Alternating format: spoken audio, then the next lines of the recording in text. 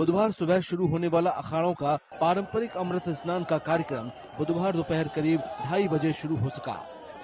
अखिल भारतीय अखाड़ा परिषद के अध्यक्ष महंत रविंद्र पुरी के नेतृत्व में अखाड़ों का जुलूस स्नान के लिए संगम की ओर पैदल ही आगे बढ़ा।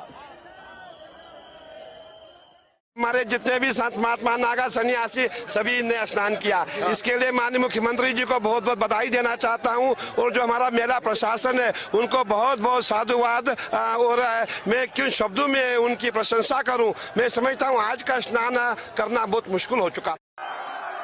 निरंजनी अखाड़े के प्रमुख आचार्य महामंडलेश्वर स्वामी कैलाशानंद गिरी महाराज ने कहा कि देश का संत समाज भारतीय सनातन संस्कृतियों के साथ खड़ा है। हमारे आज पंचायती श्री निरंजनी अखाड़े के सभी महंत, श्री महंत और हमारे सभी सेक्रेटरियों के साथ हमने आज गंगा पूजन किया और इस गंगा पूजन के साथ साथ हमने अपने देवी देवताओं के साथ स्नान किया। हमारे पूरी पंच परंपरा ने स्नान किया। आपने देखा यह जो अलौकिक दृश्य है, यह जो अलौकिक अनुभव है, उस अनुभव का वर्णन शब्दों से कर पाना संभव नहीं है। और इसके लिए मैं अपने अत्यंत प्रिय यशस्वी मुख्यमंत्री योगी आदित्यनाथ जी को, यशस्वी प्रधानमंत्री आदरणीय नरेंद्र मोदी जी को मैं खूब सारा बधाई और आशीष देता हूं कि वो चिरंजीवी हों, यशस्वी हों। आज सनातन परंपरा में जो साधु संतों का सहजता दिखाई पड़ा, भारतीय परंपराओं को लेकर के, सनातन के धर्मावलंबियों को लेकर के, वो निसंदेह कतिपय वह एक प्रमाण रहेगा देश में, वह स्वर्ण अक्षरों में लिखा जाएगा। अमृत स्नान के दौरान संगम की ओर जा रहे साधु संतों पर हेलीकॉप्टर से फूल बरसाए गए।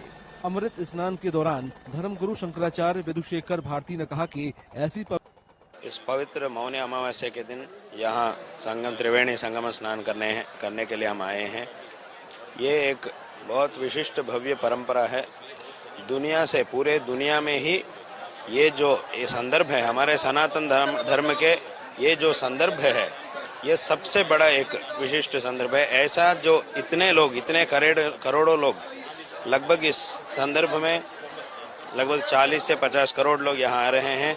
बड़ी श्रद्धा से यहाँ तक आ रहे हैं। कितने कितने दूर से यहाँ आ रहे हैं, यहाँ आके पवित्र स्नान लेने के लिए यहाँ आ रहे हैं।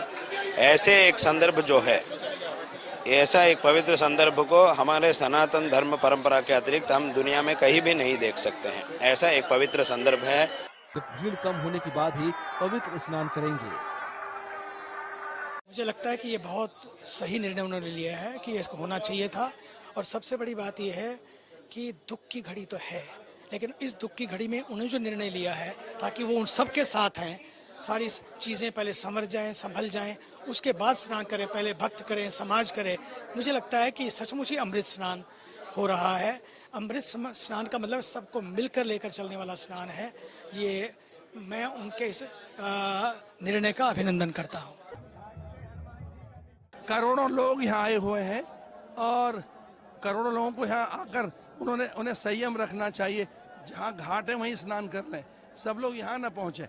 मैं पूरे भारत के श्रद्धालुओं से अपील करता हूँ कि जहाँ जगह मिले वहाँ स्नान करें। हमने आज प्रातःकाल अपना स्नान स्थगित कर दिया था। हमें लगा कि करोड़ों लोगों को हम कोई अव्यवस्था नहीं देना चाहते। हमने अपना स्नान स्थगित कर दिया था। ऐसे में घाट पर कहीं नहा लिया था, लेकिन प्रशासन ने अच्छी व्यवस्थाएं कर दी है। प्रशासन के लिए बधाई, शुभकामनाएं। 3 तारीख को भी एक स्नान है। 3 तारीख हम 3 तारीख को जब लोग आए तो संयम रखें, अनुशासन। परंपरा के मुताबिक 3 संप्रदायों सन्यासी, बैरागी और उदासीन अखाड़े संगम घाट पर भव्य और विशाल जुलूस के बाद एक तय क्रम में अमृत स्नान करते हैं। हालांकि बुधवार दोपहर तक लगभग सभी घाटों पर स्थिति सामान्य हो गई थी और श्रद्धालु भी जल्दी स्नान कर बाहर आते दिखे।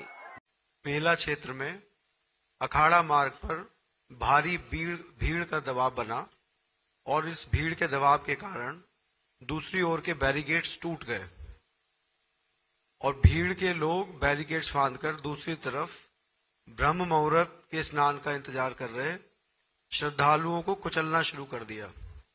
यद्यपि प्रशासन ने तत्काल राहत और बचाव कार्य करते हुए ग्रीन कॉरिडोर बनाया और एम्बुलेंस के माध्यम से लगभग 90 घायलों को अस्पताल तक पहुंचाया, परंतु इसमें से दुर्भाग्यपूर्ण तरीके से 30 श्रद्धालुओं की दुखद मृत्यु हो गई है।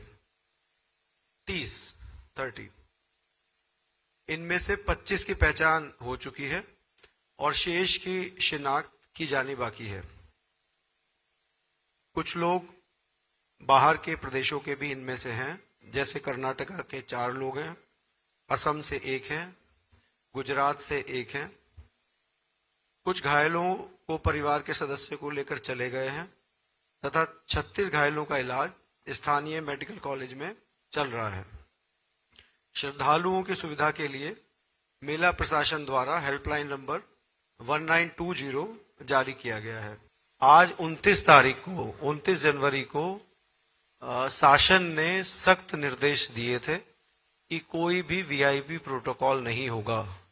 आज मेला पुलिस ने, मेला प्रशासन ने कोई भी वीआईपी प्रोटोकॉल एंटरटेन नहीं किया।